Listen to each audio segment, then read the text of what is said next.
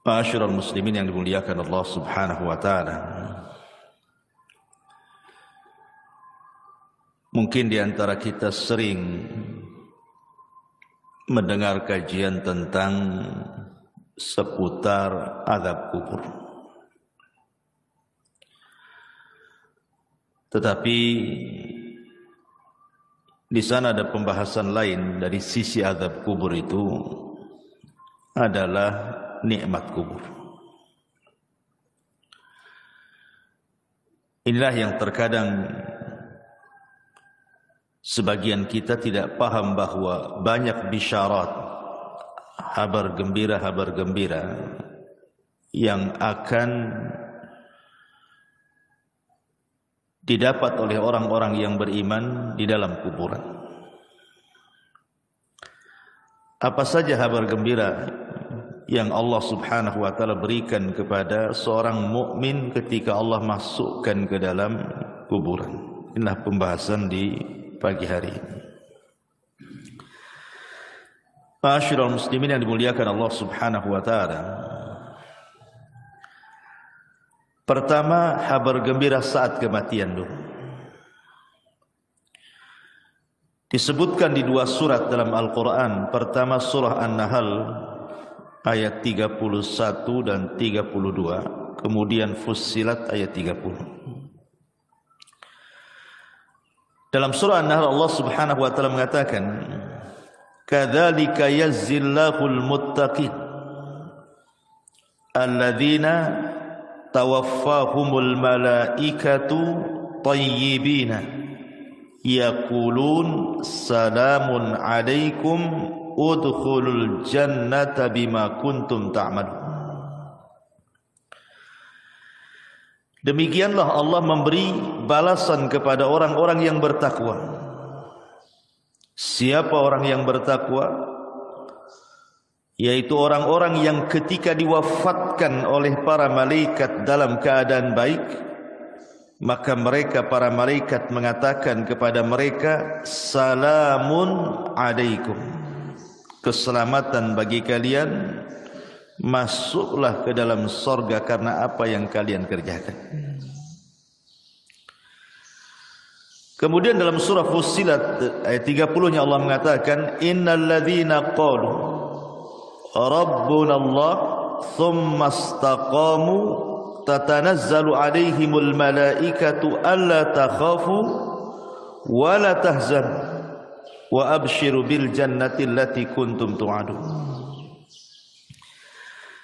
Sesungguhnya orang-orang yang mengatakan Tuhan kami Allah, kemudian mereka istiqomah padanya, maka malaikat akan turun kepada mereka dengan mengatakan, janganlah kalian takut, janganlah kalian sedih, dan bergembiralah kalian dengan surga yang telah Allah janjikan kepada kalian.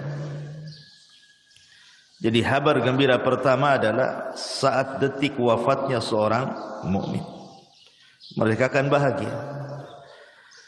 Kenapa mereka akan bahagia? Karena malaikat yang membisikkan di telinganya itu adalah bisikan-bisikan kebaikan. Sehingga kita lihat seorang mukmin itu kalau meninggal, macam-macam terkadang Allah tampakkan kebahagiaan. Terkadang dia tersenyum, terkadang ditampakkan keringat di dahinya, terkadang bisa mengucapkan kalimat la ilaha illallah, terkadang dia membaca Al-Quran, terkadang meninggal saat sholat, dan begitu seterusnya. Dan itu kegembiraan yang pertama yang diraih seorang mukmin saat wafatnya. Kemudian yang kedua, saat masuk ke liang lahat. Kita tahu bahwa dalam proses peristiwa-peristiwa kubur itu ada 4 peristiwa. Pertama disebut dengan dhagtatul qabri, himpitan kuburan. Yang kedua disebut fitnatul qabri, 2 malaikat yang bertanya, Munkar dan Nakir, atau disebut dengan fitnah kubur. Yang ketiga azab kubur. dan yang keempat nikmat kubur. Kita tahu bahwa peristiwa pertama di kuburan itu adalah himpitan kubur. Setiap manusia pasti dihimpit kuburan. Tidak mukmin, tidak kafir. Semua kena. Mau anak bayi, mau anak dewasa, mau laki-laki, perempuan, pasti terkena himpitan. Dan himpitan kubur ini disebutkan dalam sebuah hadis Nabi SAW mengatakan, Inna lil qabri dhaghtatun. Sesungguhnya kuburan itu memiliki himpitan. Dan himpitan kubur ini meretakkan semua tulang belulang, bahkan meretakkan semua persendian, sehingga dia akan menjerit yang tidak ada yang tahu jeritannya kecuali selain manusia dan jin. Artinya binatang-binatang mendengar. Tetapi tentu yang seperti ini berlaku kepada orang kafir. Orang kafir, orang munafik, orang fasik, ya. Tetapi himpitan kubur bagi orang-orang yang beriman adalah himpitan kebahagiaan. Sehingga para ulama ketika membicarakan tentang himpitan bagi orang-orang yang beriman itu layaknya seorang ibu saat memeluk bayinya. Karena kita semua berasal dari tanah. Jadi tanah itu diibaratkan ibu kita. Jadi kalau kita masuk kuburan, dihimpit itu seolah-olah ibu sedang memeluk bayinya. Tidak merasakan apapun. Makanya ketika kematian seorang sahabat yang sangat mulia, siapa dia? Sa'd bin Mu'adz radhiyallahu anhu. Sa'd bin Mu'adz ini pemimpin Aus. Saat kematiannya disebutkan oleh Nabi sallallahu alaihi wasallam, hadzal ladzi taharraka lahul 'arsy wa futihat lahu abwabus sama wa syahidahu 70,000 minal malaika laqad dhummata thumma furrija anhu. Inilah orang yang karenanya arsy Allah bergetar. Jadi saat kematian Sa'd bin Mu'adz ini, arsy Allah yang besar sekali itu bergetar. Dan arsy itu kan makhluk yang paling besar, bisa bergegar karena wafatnya Sa'd ibn Mu'adz. Karenanya pintu-pintu langit dibuka, dan karenanya pula 70.000 malaikat turun dari langit menyaksikan jenazahnya.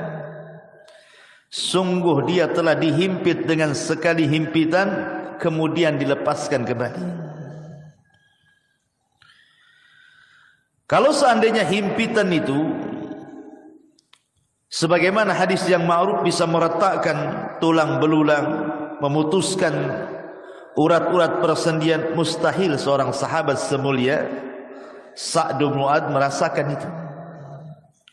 Berarti himpitan yang merasakan sakit itu hanya berlaku kepada orang-orang kafir saja, orang-orang munafik saja. Karena bayi yang tidak bersalah saja disebutkan dalam hadis Nabi sallallahu alaihi wasallam, "Lau aflata ahadun min dhammatil qabri la aflata hadas sabi."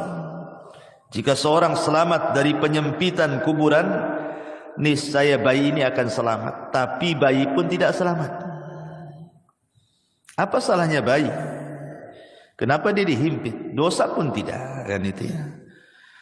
Berarti himpitan bagi orang-orang yang saleh, orang-orang yang beriman atau bayi adalah sebagaimana seorang ibu memeluk bayinya. Himpitan kasih sayang, itu maksudnya. Ini kabar gembira yang kedua. Kabar gembira yang ketiga, di mana Allah Subhanahu wa taala akan memberikan kemantapan jawaban pada setiap soalan-soalan mungkar dan nakir yang diberikan kepada setiap para penghuni kubur. Dan itu diarahkan atau disyaratkan dalam surah Ibrahim ayat 27. Allah mengatakan yuthabbitullahu alladhina amanu bil qawli tsabit fil hayatid dunya wa fil akhirah wa yudhillullahu zalimin wa yaf'alullahu ma yasha. Allah akan meneguhkan iman orang-orang yang beriman dalam ucapan yang teguh dalam kehidupan dunia dan juga kehidupan akhirat. Kata Bara bin Azib, seorang sahabat, ketika memberikan catatan dengan kalimat Allah akan teguhkan ucapan bagi seorang yang beriman di dunia dan akhirat, kata beliau, ini ayat turun pada perkara fitnah kubur. Jadi orang-orang yang beriman apabila ditanya siapa Rabbmu, maka dia langsung menyaut Allah. Siapa nabimu? Langsung menyaut Muhammad. Apa agamamu? Langsung menyaut Islam. Siapa yang bisa menjawabkan ini? Memang kalau di dunia mudah saja menghafalkan, tetapi bukan berarti di akhirat semua bisa menjawab, tidak. Yang memantapkan jawaban itu Allah. Jadi Allah yang membuat kita mantap jawabannya, bukan pengetahuan kita, gitu maksudnya. Allah yang memantapkan, karena di sini kalimatnya yutsabbitullahu, Allah menetapkan, memantapkan. Artinya Allah yang menjadikan kita ini mampu menjawab. Dan itu khusus bagi orang-orang yang beriman. Berarti ini kabar gembira yang ketiga. Allah memberikan kemantapan. Kemudian kabar gembira yang keempat, Allah lancarkan setiap jawaban. Setelah Allah mantapkan, kita mampu menjawab. Disebutkan dalam hadis Bara bin Azib radhiyallahu anhu yang panjang sekali. Salah satu penggalan hadisnya Rasul mengatakan fayatihi malakani fayujlisanihi fayaqulani lahu man rabbuk fayaqulu rabbi Allah fayaqulani lahu ma dinuk fayaqulu dinil Islam fayaqulani lahu ma hadzal rajul alladhi bu'itsa fikum fayaqulu huwa Rasulullah sallallahu alaihi wasallam. Kemudian dua malaikat datang kepadanya dan mendudukkannya. Lalu keduanya bertanya, siapa Rabb? Maka si mayat mengatakan, Rabbku Allah. Kedua malaikat bertanya lagi, apa agamamu? Dia menjawab, agamaku adalah Islam. Kemudian keduanya bertanya lagi, siapa laki-laki yang telah diutus kepadamu? Maka dia menjawab, beliau adalah utusan Allah Muhammad sallallahu alaihi wasallam. Mungkin sekali lagi bahwa hari ini antum ditanya, pasti semua bisa jawab. Tapi apakah di kuburan bisa lancar jawabannya? Kan tidak juga. Makanya ini kabar gembira. Selain Allah mantapkan jawabannya, kemudian ketika kita ditanya mengalir pula jawaban itu. Nah, ini adalah kabar gembira yang keempat. Kabar gembira yang kelima, setelah Allah Subhanahu wa taala mantapkan jawaban kita dan kita pun mengalir dalam jawaban-jawaban pertanyaan malaikat itu, maka Allah Subhanahu wa taala berikan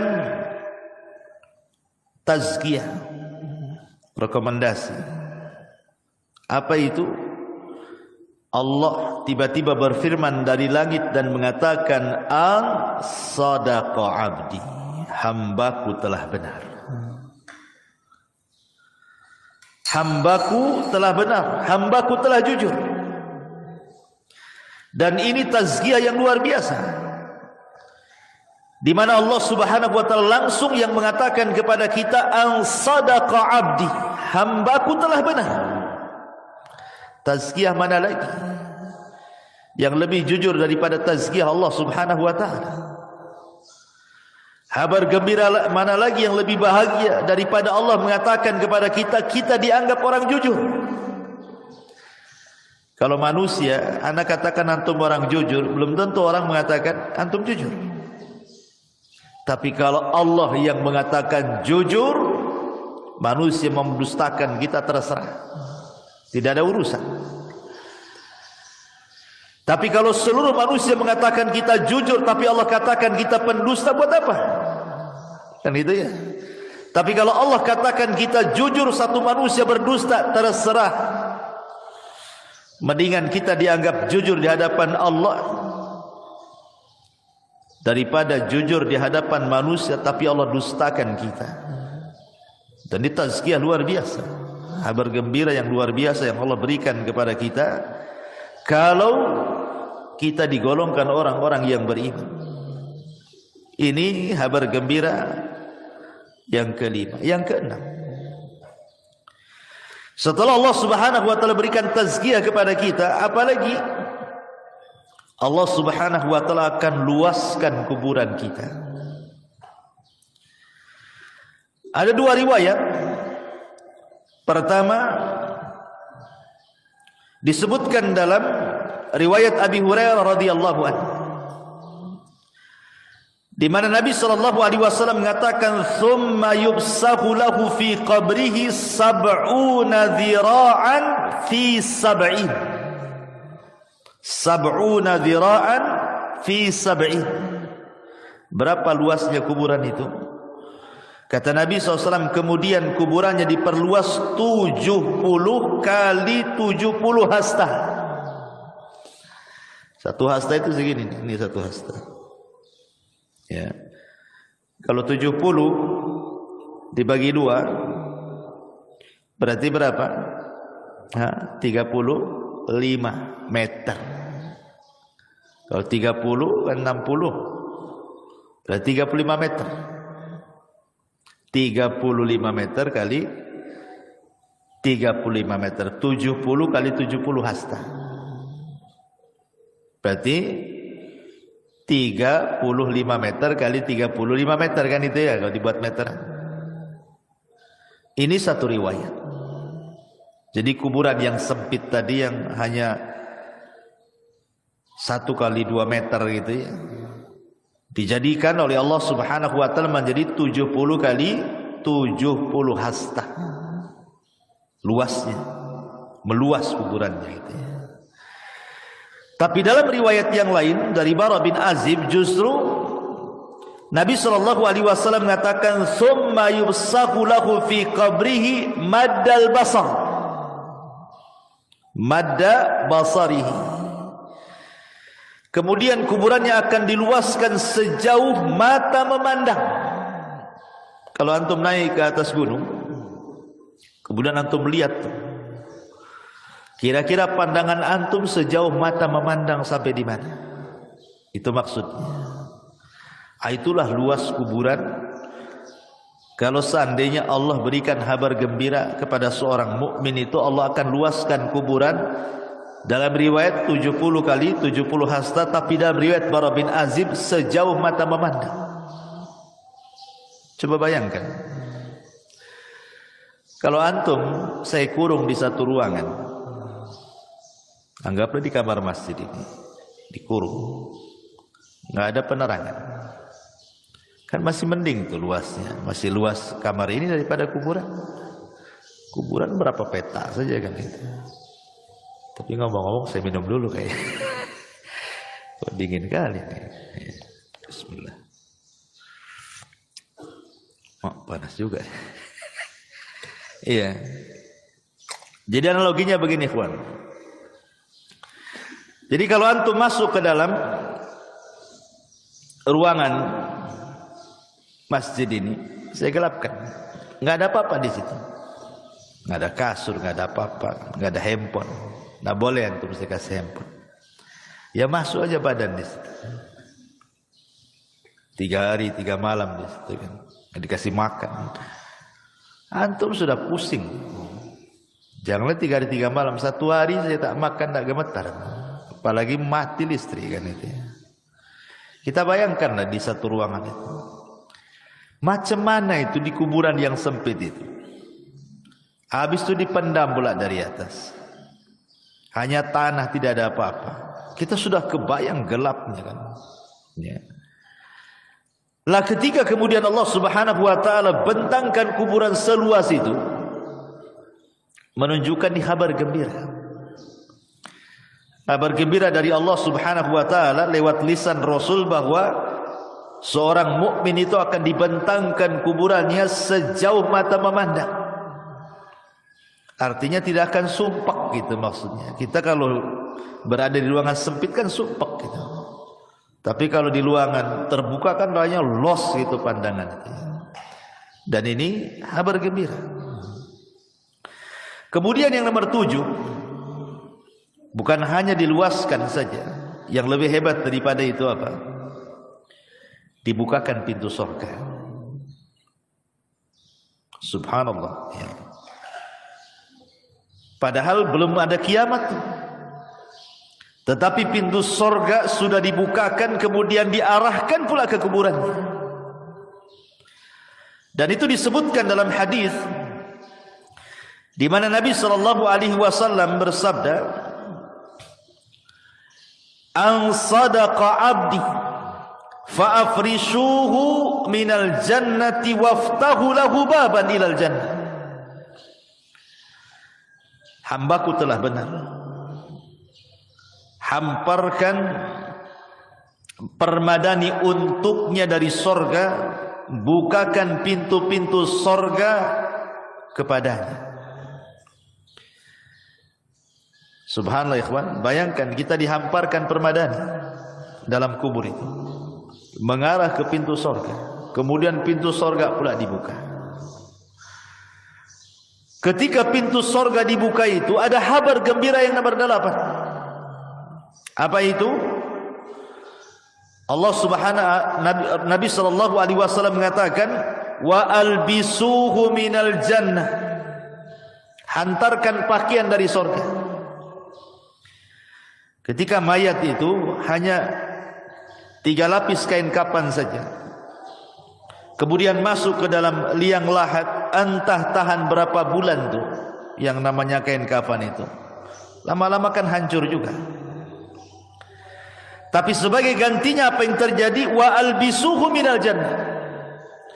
Allah Subhanahu wa taala akan pakaikan kepadanya pakaian dari sorga, dan pakaian dari sorga itu semuanya sutra. Min sundusin wa istabraq. Rata-rata sutra dihantarkan dari surga. Kemudian kabar gembira yang nomor 9, fayatihi min rauhiha wa tibiha. Kemudian Allah Subhanahu wa taala hantarkan pula raihiha wa tibiha. Apa itu? Wewangian dan bau semerbak yang luar biasa yang Allah hantarkan ke dalam kuburannya, menjadi wangi kuburannya. Kita saja di ruangan kan pengennya wangi, harum gitu kan. Masuk ke hotel-hotel mewah itu harum gitu ya. Kan itu sebuah nikmat, kabar gembira. Belum lagi makanan dari sorga, belum lagi minuman dari sorga. Itu kan kabar gembira yang luar biasa.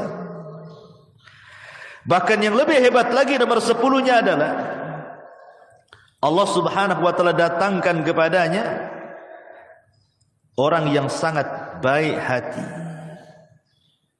Disebutkan dalam sebuah hadis, jadi akan didatangkan padanya seorang laki-laki yang rupawan, berpakaian indah, beraroma wangi, untuk menemani dia selama dalam kuburan.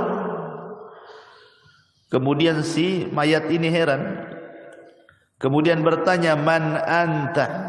Siapa engkau ini? "Fawajhukal wajhu yaji'u bil khair." Wajahmu adalah wajah yang membawa kebaikan. Siapa kamu ini? Karena ikhwan, kalau kita analogikan kan, orang di penjara lah, masukkan ke dalam penjara.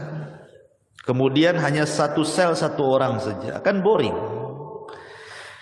Sepandai-pandainya orang itu buat aktivitas, pasti ada bosannya juga kan. Berbeda kalau seandainya satu penjara itu hanya 2 orang, pasti ada komunikasi itu.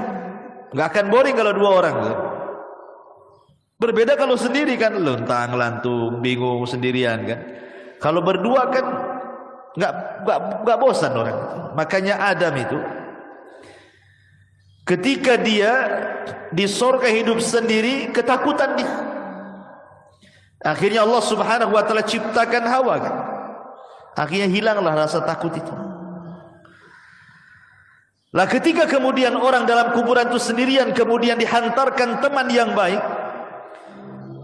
Teman ini kemudian rupawan, wangi, enak ngomongnya, tiba-tiba ngajak bicara, terus tahu-tahu tidak sadar bahwa dia sudah lama di kuburan tuh. Tahu-tahu teman yang baik ini memberitahukan bahwa kiamat sudah dekat. Makanya kemudian heran ini si mayat ini dan mengatakan, "Man anta, siapa kamu ini?" Maka orang ini mengatakan, "Ana amaluka salih." Sayalah amal soleh, sayalah solatmu, sayalah zikirmu, sayalah puasamu, sayalah silaturahimmu, sayalah puasamu, sayalah baca Quran, dan begitu seterusnya. Dan ini kabar gembira yang nomor 10 yang luar biasa. Kemudian yang nomor 11, kabar gembira yang nomor 11, di mana orang-orang yang beriman tidak akan merasakan lamanya tinggal di kuburan. Anggap saja sejak zaman Adam sampai sekarang, berapa ribu tahun dalam kubur itu, ya kan? Atau janganlah sejak zaman Nabi, para sahabat, 14 abad silam kan, nggak dikiamat-kiamatkan. Pertanyaannya, apakah mayat itu merasakan bimururil wakti, bahwa waktu itu berjalan? Seperti kita di dunia ini kan merasakan dengan berjalannya waktu kan, pagi, siang, sore, malam, besok pagi lagi. Tahu-tahu sudah seminggu, sebulan, setahun. Kita kan merasakan tuh berjalannya waktu. Pertanyaannya, apakah orang yang di kuburan itu merasakan berjalannya waktu? Ulama menjawab, lihat, kalau dia mendapatkan nikmat kubur, maka dia tidak akan merasakan bimururil waktu. Waktu yang berjalan tidak akan dirasakan bagi dia. Dan itu disyaratkan dalam kisah Ashabul Kahfi dan kisah Uzair dalam Al-Quran yang ditidurkan 1 abad. Kan ditanya itu, kam labitha, berapa lama kau tidur kan? Dia mengatakan labithu yauman atau ba'du yaum. Aku hanya tidur sehari atau separuh hari, padahal sudah 1 abad. Menunjukkan bahwa kalau orang yang belum meninggal saja ditidurkan 1 abad, kemudian dia terbangun rasanya baru setengah atau 1 hari saja, maka begitu juga orang-orang yang dikubur ketika mendapatkan nikmat kubur. Kayak antum bermimpi nih, mimpinya indah banget gitu ya, tiba-tiba terbangun, aduh, sebentar kali mimpinya, padahal antum udah dari pagi sampai sore itu tidur tuh. Dibilang sebentar kali katanya, karena indah. Coba tuh mimpi buruk, baru 5 menit tuh kayak udah lama kali megap-megap antum. Jadi para ulama mengatakan bahwa orang-orang yang tidak akan merasakan bimururil waktu, dengan berjalannya waktu itu, hanya orang-orang yang mendapatkan nikmat kubur saja. Tapi orang yang mendapatkan azab kubur, dia akan merasakan itu. Waktu itu berjalan. Dan orang-orang yang beriman akan mendapatkan kabar gembira bahwa dia tidak akan merasakan berjalannya waktu. Itu maksudnya. Ya. Ini yang ke-11. Yang ke-12, orang-orang yang beriman, mereka akan merasakan nikmat, artinya kebahagiaan. Jadi bahagia betul dalam kuburannya itu, sehingga sebahagia apapun orang hidup di dunia, tidak lebih bahagia dibandingkan orang yang ada di kuburan. Itu yang disebut dengan nikmat kubur tadi. Makanya kenapa Utsman bin Affan kalau diingatkan dengan kuburan itu menangis, tapi kalau diingatkan dengan neraka dia biasa-biasa saja. Ketika ditanya, ya Utsman, aneh engkau ini, diceritakan neraka kau biasa saja raut mukamu, kau diceritakan tentang kuburan kau pula menangis, katanya. Kata Utsman, celaka engkau. Kuburan ini, kata Utsman, bisa saja satu lubang menuju lubang-lubang neraka, atau dia adalah taman dari taman-taman surga. Jadi kita akan tinggal di taman. Itulah nikmat kubur namanya. Jadi nikmat kubur itu luar biasa. Makanya orang itu akan mendapatkan kenikmatan lebih nikmat dibandingkan dia pernah nikmat di dunia. Seberapa nikmat orang di dunia ini, masih nikmat kubur. Karena kubur itu adalah jannah yang pertama, surga yang pertama sebelum masuk ke surga yang abadi. Tapi perlu diingat bahwa orang-orang yang di kuburan itu juga bisa merasa sedih. Sama dengan ketika antum kehilangan sesuatu, kita sedih, tersiksa gitu ya. Atau ada masalah gitu ya. Entah masalah ekonomi, masalah keluarga, masalah apa-apa, kan kadang-kadang tersiksa batin kita. Lah orang yang di kuburan pun akan sama merasakan hal itu. Tersiksa batinnya. Kapan? Ketika orang-orang yang di atas kuburan melakukan niyaha. Niyaha itu artinya meronta-ronta, menangis-nangis gitu ya, menolak takdir gitu. Kalau nangis saja nggak apa-apa, namanya orang meninggal sedih, Rasul aja nangis gitu. Tapi kalau sampai niyaha ini membuat apa? Orang yang mati itu yu'adzab, diazab. Tapi bukan diazab di sini artinya diazab fisiknya, tidak, maksudnya diazab batinnya. Ya, kan ada hadis yang mengatakan innal mayyit yu'adzab bi bukail hayy. Rasul mengatakan orang yang mati itu akan diazab disebabkan tangisan orang hidup. Maksudnya niyaha. Yang sampai merobek-robek, memukul-mukul. Karena saya pernah menyaksikan ada orang sedang koma. Ini istrinya itu udah guling-guling tuh. Guling tuh. Sampai akhirnya diamankan sama kerabatnya, dimasukkan ke kamar, dikunci. Rumahnya tak jadi mati pula dia. Coba kalau mati apa enggak jelas tuh kan. Ya, artinya bahwa orang-orang yang seperti ini membuat mayat itu tersiksa. Maksudnya orang yang ada di kuburan itu yu'adzab, diazab. Maksudnya diazab bukan fisiknya tapi batinnya. Jadi dia merasa sedih gitu ya. Tersiksa batinnya itu gara-gara tangisan orang yang di atas kuburan. Makanya kenapa nasihat saya kalau ada orang yang meninggal itu, sebenarnya dia hanya butuh 3 kata saja. Orang mati itu hanya butuh 3 kata. Kata yang pertama, Allahumma gfir lahu. Ya Allah, ampuni dosanya. Yang kedua, Allahumma arhamhu. Ya Allah, rahmatilah dia. Kemudian yang ketiga, Allahumma tsabithu. Ya Allah, mantapkanlah dia. Maksudnya dalam jawaban. Itu yang diperlukan saat orang itu meninggal. 3 kata ini. Tidak lebih daripada 3 kata. Ya Allah, ampuni dosanya. Ya Allah, sayangi dia. Ya Allah, mantapkan jawabannya. Cuman itu yang diperlukan. Ya, itu saat dia meninggal gitu ya. Kalau sudah lama ya tentu doa ampunan. Jadi mayat itu sangat bahagia, disebutkan sama para ulama. Yang paling dinanti oleh para penghuni kubur, entah ayah kita yang sudah meninggal, ibu kita, nenek kita, atau keluarga kita. Mereka sangat bahagia itu apabila mendapatkan doa dari orang yang hidup. Jadi kalau kita mendoakan ampunan, rahmat, kata ulama, itu yang dinanti. Jadi mereka sangat bahagia sekali dengan doa kita kalau kita mengatakan Allahumma gfir lahu, Allahumma arhamhu. Ya Allah, rahmati dia. Ya Allah, ampuni dia. Dan juga sedekah yang kita niatkan kepada orang yang sudah meninggal. Inilah diantara 12 kabar gembira bagi para penduduk kuburan. Subhanallah bihamdika, asyhadu an la ilaha illa anta, astaghfiruka wa atubu ilaik.